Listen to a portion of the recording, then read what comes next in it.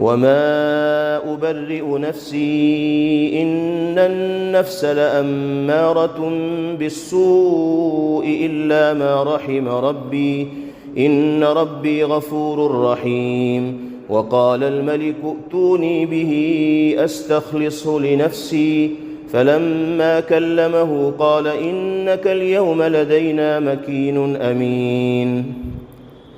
قال اجعلني على خزائن الأرض إني حفيظ عليم. وكذلك مكنا ليوسف في الأرض يتبوأ منها حيث يشاء نصيب برحمتنا من نشاء ولا نضيع أجر المحسنين. ولأجر الآخرة خير للذين آمنوا وكانوا يتقون. وجاء إخوة يوسف فدخلوا عليه فعرفهم وهم له منكرون. ولما جهزهم بجهازهم قال ائتوني بأخ لكم من أبيكم ألا ترون أني أوفي الكيل وأنا خير المنزلين. فإن لم تأتوني به فلا كيل لكم عندي ولا تقربون. قالوا سنراود عنه أباه وإنا لفاعلون. وقال لفتيانه اجعلوا بضاعتهم في رحالهم لعلهم يعرفونها إذا انقلبوا إلى أهلهم لعلهم يرجعون. فلما رجعوا إلى أبيهم قالوا يا أبانا منع منا الكيل فأرسل معنا أخانا نكتل وإنا له لحافظون. قال هل آمنكم عليه إلا كما أمنتكم على أخيه من قبل فالله خير حافظا وهو أرحم الراحمين. ولما فتحوا متاعهم وجدوا بضاعتهم ردت إليهم قالوا يا أبانا ما نبغي هذه بضاعتنا ردت إلينا ونمير أهلنا ونحفظ أخانا ونزداد كيل بعير ذلك كيل يسير. قال لن أرسله معكم حتى تؤتون موثقا من الله لتأتونني به إلا أن يحاط بكم. فلما آتوه موثقهم قال الله على ما نقول وكيل. وقال يا بني لا تدخلوا من باب واحد وادخلوا من أبواب متفرقة وما أغني عنكم من الله من شيء إن الحكم إلا لله عليه توكلت وعليه فليتوكل المتوكلون. ولما دخلوا من حيث أمرهم أبوهم ما كان يغني عنهم من الله من شيء إلا حاجة في نفس يعقوب قضاها وإنه لذو علم لما علمناه ولكن أكثر الناس لا يعلمون. ولما دخلوا على يوسف آوى إليه أخاه قال إني أنا أخوك فلا تبتئس بما كانوا يعملون. فلما جهزهم بجهازهم جعل السقاية في رحل أخيه ثم أذن مؤذن أيتها العير إنكم لسارقون. قالوا وأقبلوا عليهم ماذا تفقدون؟ قالوا نفقد صواع الملك ولمن جاء به حمل بعير وأنا به زعيم. قالوا تالله لقد علمتم ما جئنا لنفسد في الأرض وما كنا سارقين. قالوا فما جزاؤه إن كنتم كاذبين؟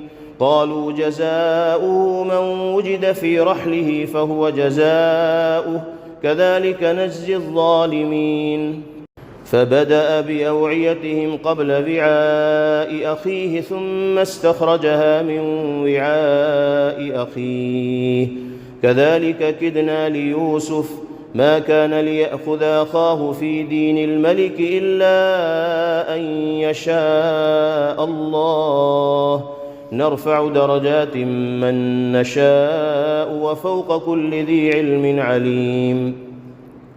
قالوا إن يسرق فقد سرق أخ له من قبل فأسرها يوسف في نفسه ولم يبدها لهم قال أنتم شر مكانا والله أعلم بما تصفون.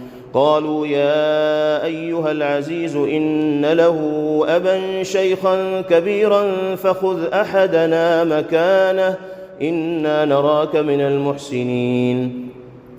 قال معاذ الله أن نأخذ إلا من وجدنا متاعنا عنده إنا إذا لظالمون. فلما استيئسوا منه خلصوا نجيا قال كبيرهم ألم تعلموا أن أباكم قد أخذ عليكم موثقا من الله ومن قبل ما فرطتم في يوسف فلن أبرح الأرض حتى يأذن لي أبي أو يحكم الله لي وهو خير الحاكمين. ارجعوا إلى أبيكم فقولوا يا أبانا إن ابنك سرق وما شهدنا إلا بما علمنا وما كنا للغيب حافظين. واسأل القرية التي كنا فيها والعير التي أقبلنا فيها وإنا لصادقون. قال بل سولت لكم أنفسكم أمرا فصبر جميل عسى الله أن يأتيني بهم جميعا إنه هو العليم الحكيم. وتولى عنهم وقال يا أسفا على يوسف وابيضت عيناه من الحزن فهو كظيم. قالوا تالله تفتأ تذكر يوسف حتى تكون حرضا أو تكون من الهالكين. قال إنما أشكو بثي وحزني إلى الله وأعلم من الله ما لا تعلمون. يا بني يذهبوا فتحسسوا من يوسف وأخيه ولا تيأسوا من روح الله إنه لا ييأس من روح الله إلا القوم الكافرون. فلما دخلوا عليه قالوا يا أيها العزيز مسنا وأهلنا الضر وجئنا ببضاعة مزجاة فأوف لنا الكيل وتصدق علينا إن الله يجزي المتصدقين. قال هل علمتم ما فعلتم بيوسف وأخيه إذ أنتم جاهلون؟ قالوا أئنك لأنت يوسف؟ قال أنا يوسف وهذا أخي قد من الله علينا إنه من يتق ويصبر فإن الله لا يضيع أجر المحسنين. قالوا تالله لقد آثرك الله علينا وإن كنا لخاطئين. قال لا تثريب عليكم اليوم يغفر الله لكم وهو أرحم الراحمين. اذهبوا بقميصي هذا فألقوه على وجه أبي يأت بصيرا وأتوني بأهلكم أجمعين. ولما فصلت العير قال أبوهم إني لأجد ريح يوسف لولا أن تفندون. قالوا تالله إنك لفي ضلالك القديم. فلما أن جاء البشير ألقاه على وجهه فارتد بصيرا قال ألم أقل لكم إني أعلم من الله ما لا تعلمون.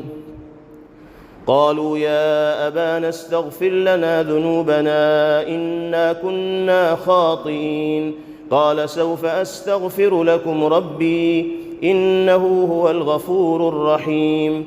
فلما دخلوا على يوسف آوى إليه أبويه وقال ادخلوا مصر إن شاء الله آمنين. ورفع أبويه على العرش وخروا له سجدا وقال يا أبت هذا تأويل رؤياي من قبل قد جعلها ربي حقا وقد أحسن بي إذ أخرجني من السجن وجاء بكم من البدو من بعد أن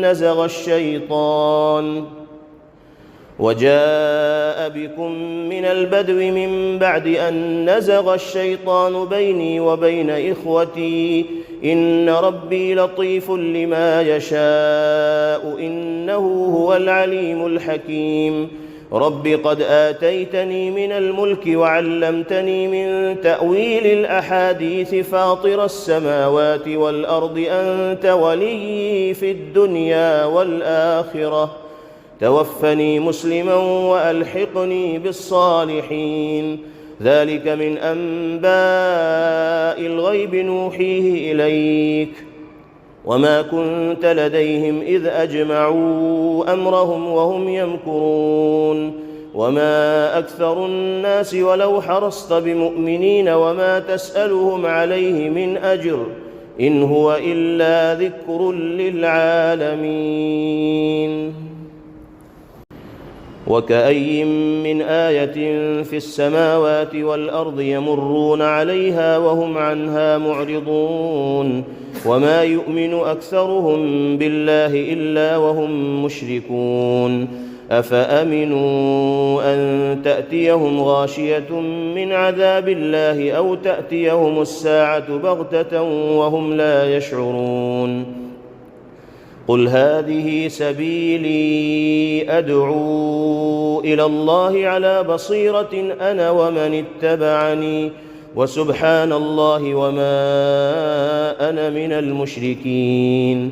وما أرسلنا من قبلك إلا رجالا نوحي إليهم من أهل القرى أفلم يسيروا في الأرض فينظروا كيف كان عاقبة الذين من قبلهم ولدار الآخرة خير للذين اتقوا أفلا تعقلون.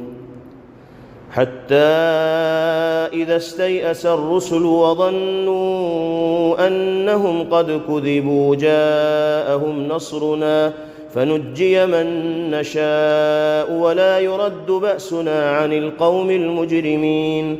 لقد كان في قصصهم عبرة لأولي الألباب ما كان حديثا يفترى ولكن تصديق الذي بين يديه وتفصيل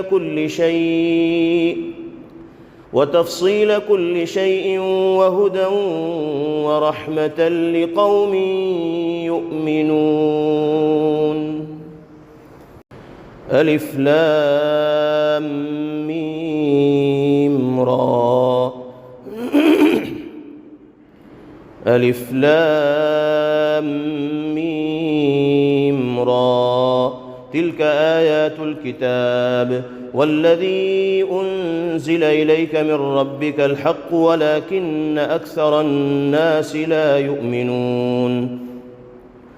الله الذي رفع السماوات بغير عمد ترونها ثم استوى على العرش وسخر الشمس والقمر كل يجري لأجل مسمى يدبر الأمر يفصل الآيات لعلكم بلقاء ربكم توقنون. وهو الذي مد الأرض وجعل فيها رواسي وأنهارا ومن كل الثمرات جعل فيها زوجين اثنين يغشي الليل النهار إن في ذلك لآيات لقوم يتفكرون. وفي الأرض قطع متجاورات وجنات من أعناب وزرع ونخيل صنوان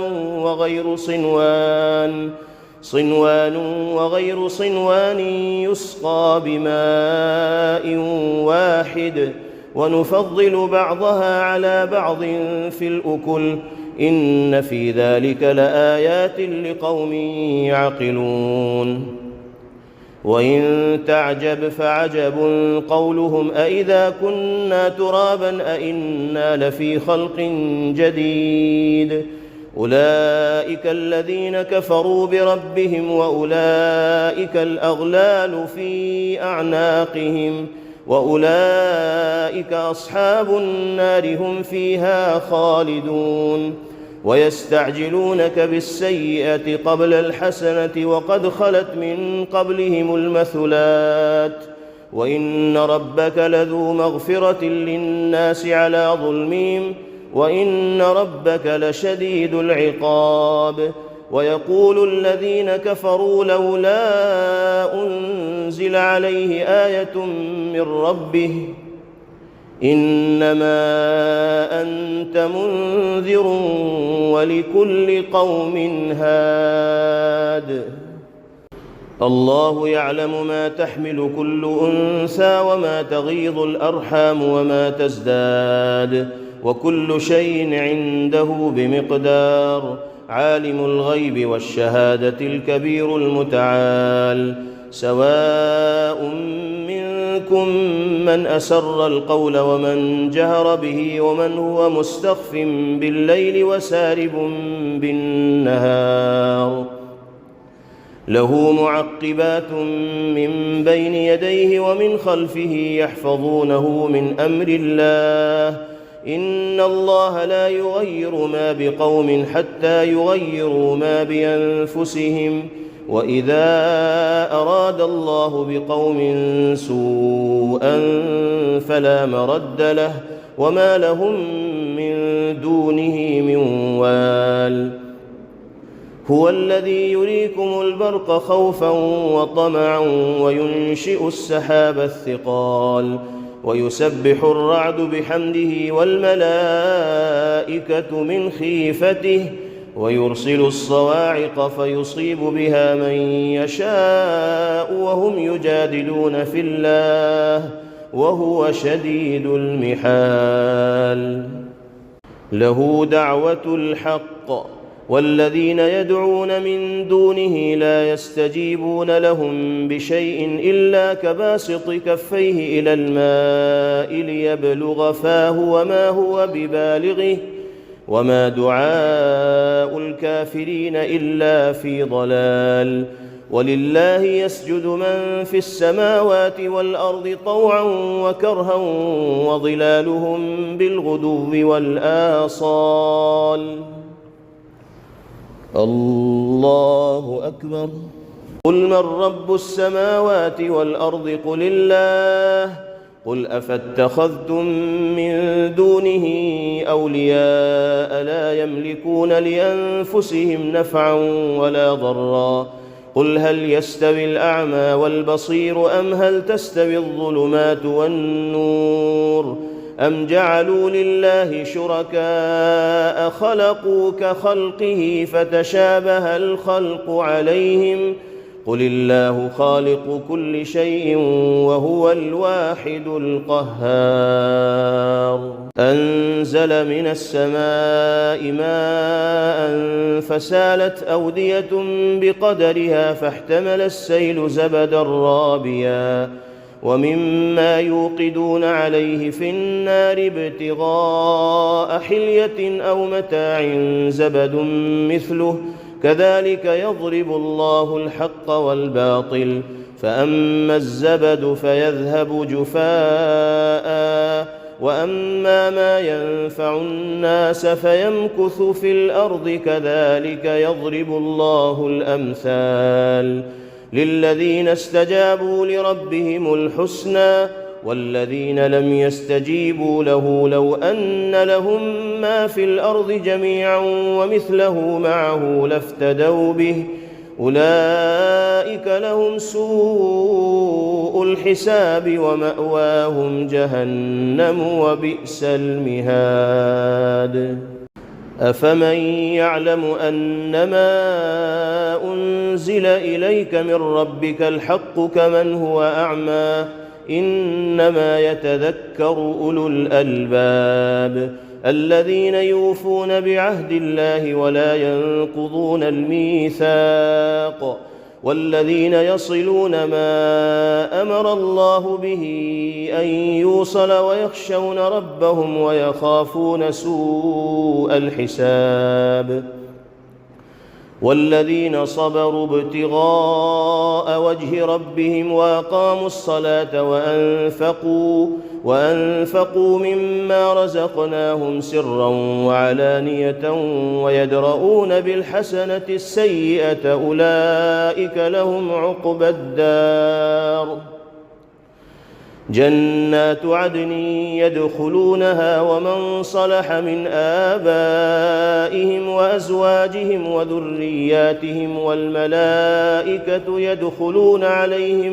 من كل باب سلام عليكم بما صبرتم فنعم عقبى الدار والذين ينقضون عهد الله من بعد ميثاقه ويقطعون ما أمر الله به أن يوصل ويفسدون في الأرض أولئك لهم اللعنة ولهم سوء الدار الله يبسط الرزق لمن يشاء ويقدر وفرحوا بالحياة الدنيا وما الحياة الدنيا في الآخرة إلا متاع ويقول الذين كفروا لولا أنزل عليه آية من ربه قل إن الله يضل من يشاء ويهدي إليه من أناب الذين آمنوا وتطمئن قلوبهم بذكر الله ألا بذكر الله تطمئن القلوب الذين آمنوا وعملوا الصالحات طوبى لهم وحسن مآب كذلك أرسلناك في أمة قد خلت من قبلها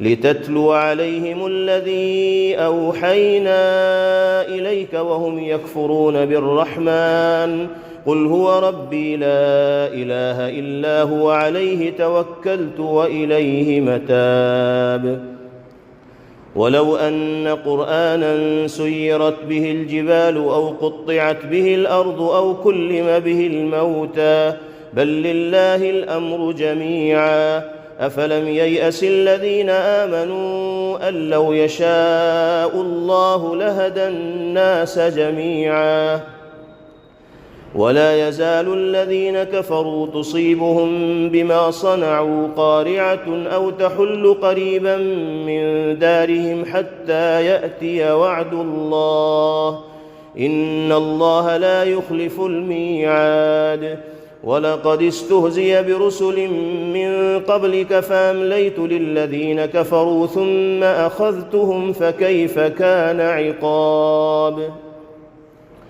أفمن هو قائم على كل نفس بما كسبت وجعلوا لله شركاء قل سموهم أم تنبئونه بما لا يعلم في الأرض أم بظاهر من القول بل زين للذين كفروا مكرهم وصدوا عن السبيل ومن يضلل الله فما له من هاد لهم عذاب في الحياة الدنيا ولعذاب الآخرة أشق وما لهم من الله من واق مثل الجنة التي وعد المتقون تجري من تحتها الأنهار أكلها دائم وظلها تلك عقبى الذين اتقوا وعقبى الكافرين النار والذين آتيناهم الكتاب يفرحون بما أنزل إليك ومن الأحزاب من ينكر بعضه قل إنما أمرت أن أعبد الله ولا أشرك به إليه أدعو وإليه مآب وكذلك أنزلناه حكما عربيا ولئن اتبعت أهواءهم بعدما جاءك من العلم ما لك من الله من ولي ولا واق. ولقد أرسلنا رسلا من قبلك وجعلنا لهم أزواجا وذرية وما كان لرسول أن يأتي بآية إلا بإذن الله لكل أجل كتاب. يمحو الله ما يشاء ويثبت وعنده أم الكتاب. وإما نرينك بعض الذي نعدهم أو نتوفينك فإنما عليك البلاغ وعلينا الحساب. أولم يروا أنا نأتي الأرض ننقصها من أطرافها والله يحكم لا معقب لحكمه وهو سريع الحساب. وقد مكر الذين من قبلهم فلله المكر جميعا يعلم ما تكسب كل نفس وسيعلم الكفار لمن عقبى الدار. ويقول الذين كفروا لست مرسلا قل كفى بالله شهيدا بيني وبينكم ومن عنده علم الكتاب. ألف لام را كتاب أنزلناه إليك لتخرج الناس من الظلمات إلى النور بإذن ربهم إلى صراط العزيز الحميد. الله الذي له ما في السماوات وما في الأرض وويل للكافرين من عذاب شديد. الذين يستحبون الحياة الدنيا على الآخرة ويصدون عن سبيل الله ويبغونها عوجا أولئك في ضلال بعيد.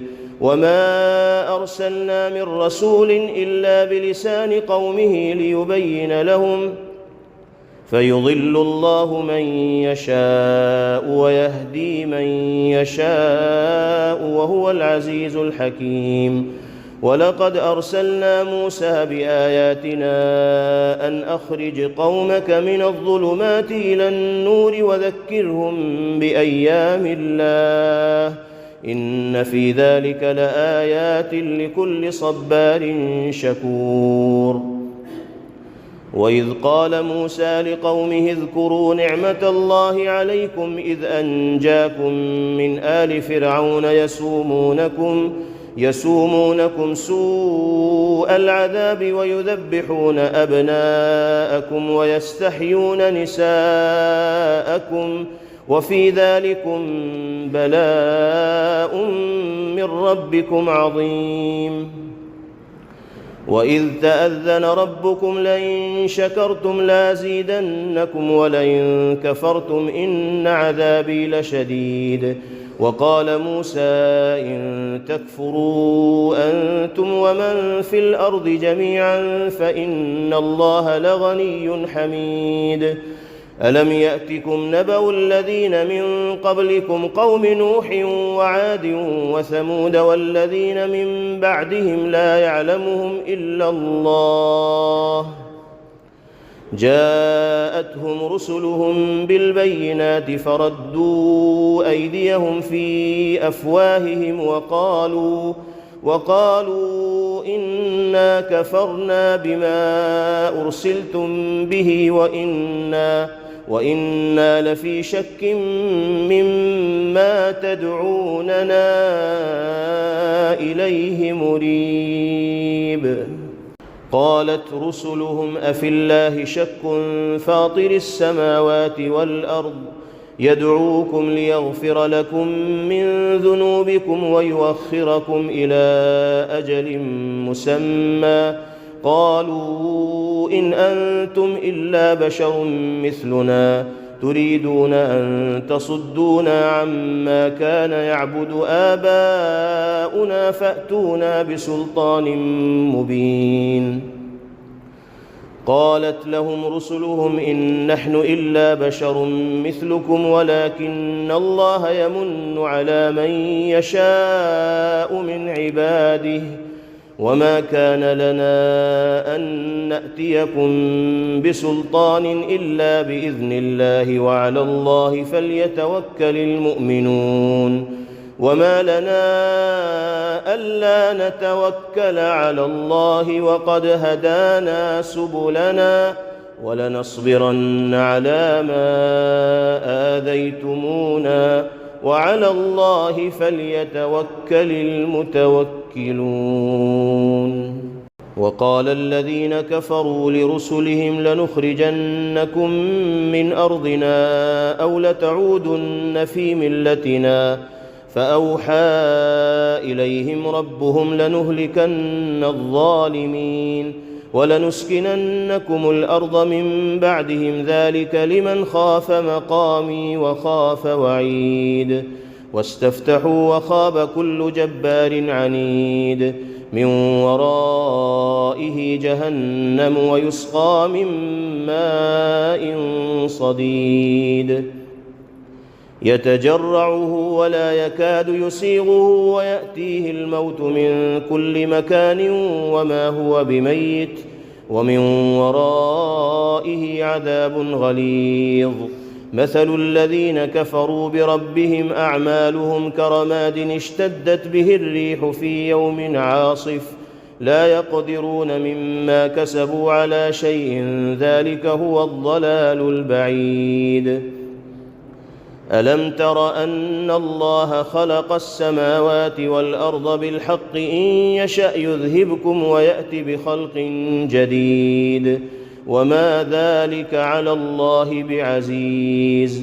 وبرزوا لله جميعا فقال الضعفاء للذين استكبروا إنا كنا لكم تبعا فهل أنتم مغنون عنا من عذاب الله من شيء قالوا لو هدانا الله لهديناكم سواء علينا أجزعنا أم صبرنا ما لنا من محيص. وقال الشيطان لما قضي الأمر إن الله وعدكم وعد الحق ووعدتكم فأخلفتكم وما كان لي عليكم من سلطان إلا أن دعوتكم فاستجبتم لي فلا تلوموني ولوموا أنفسكم ما أنا بمصرخكم وما أنتم بمصرخي إني كفرت بما أشركتمون من قبل إن الظالمين لهم عذاب أليم. وأدخل الذين آمنوا وعملوا الصالحات جنات تجري من تحتها الأنهار خالدين فيها بإذن ربهم تحيتهم فيها سلام. ألم تر كيف ضرب الله مثلا كلمة طيبة كشجرة طيبة أصلها ثابت وفرعها في السماء تؤتي أكلها كل حين بإذن ربها ويضرب الله الأمثال للناس لعلهم يتذكرون. ومثل كلمة خبيثة كشجرة خبيثة اجتثت من فوق الأرض ما لها من قرار يثبت الله الذين آمنوا بالقول الثابت في الحياة الدنيا وفي الآخرة ويضل الله الظالمين ويفعل الله ما يشاء. ألم تر إلى الذين بدلوا نعمة الله كفرا وأحلوا قومهم دار البوار جهنم يصلونها وبئس القرار وجعلوا لله أندادا ليضلوا عن سبيله قل تمتعوا فإن مصيركم إلى النار. قل لعبادي الذين آمنوا يقيموا الصلاة وينفقوا مما رزقناهم سرا وينفقوا مما رزقناهم سرا وعلانية من قبل أن يأتي يوم لا بيع فيه ولا خلال. الله الذي خلق السماوات والأرض وأنزل من السماء ماء فأخرج به من الثمرات رزقا لكم وسخر لكم الفلك لتجري في البحر بأمره وسخر لكم الأنهار وسخر لكم الشمس والقمر دائبين وسخر لكم الليل والنهار وآتاكم من كل ما سألتموه وإن تعدوا نعمة الله لا تحصوها إن الإنسان لظلوم كفار. وإذ قال إبراهيم رب اجعل هذا البلد آمنا واجنبني وبني أن نعبد الأصنام رب إنهن أضللن كثيرا من الناس فمن تبعني فإنه مني ومن عصاني فإنك غفور رحيم. ربنا إني أسكنت من ذريتي بواد غير ذي زرع عند بيتك المحرم ربنا ليقيموا الصلاة فاجعل أفئدة من الناس تهوي إليهم وارزقهم من الثمرات لعلهم يشكرون. ربنا إنك تعلم ما نخفي وما نعلن وما يخفى على الله من شيء في الأرض ولا في السماء الحمد لله الذي وهب لي على الكبر إسماعيل وإسحاق إن ربي لسميع الدعاء. رب اجعلني مقيم الصلاة ومن ذريتي ربنا وتقبل دعاء. ربنا اغفر لي ولوالدي وللمؤمنين يوم يقوم الحساب. ولا تحسبن الله غافلا عما يعمل الظالمون إنما يؤخرهم ليوم تشخص فيه الأبصار مهطعين مقنعي رؤوسهم لا يرتد إليهم طرفهم وأفئدتهم هواء. وأنذر الناس يوم يأتيهم العذاب فيقول الذين ظلموا ربنا أخرنا إلى أجل قريب نجب دعوتك ونتبع الرسل أولم تكونوا أقسمتم من قبل ما لكم من زوال وسكنتم في مساكن الذين ظلموا أنفسهم وتبين لكم كيف فعلنا بهم وضربنا لكم الأمثال وقد مكروا مكرهم وعند الله مكرهم وإن كان مكرهم لتزول منه الجبال فلا تحسبن الله مخلف وعده رسله إن الله عزيز ذو انتقام. يوم تبدل الأرض غير الأرض والسماوات وبرزوا لله الواحد القهار وترى المجرمين يومئذ مقرنين في الأصفاد سرابيلهم من قطران وتغشى وجوههم النار ليجزي الله كل نفس ما كسبت إن الله سريع الحساب. هذا بلاغ للناس ولينذروا به وليعلموا أنما هو إله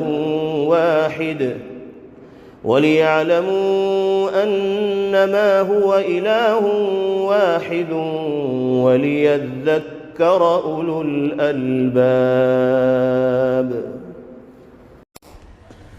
Thanks for watching. Don't forget to like, comment, share and subscribe to Al Wahid channel.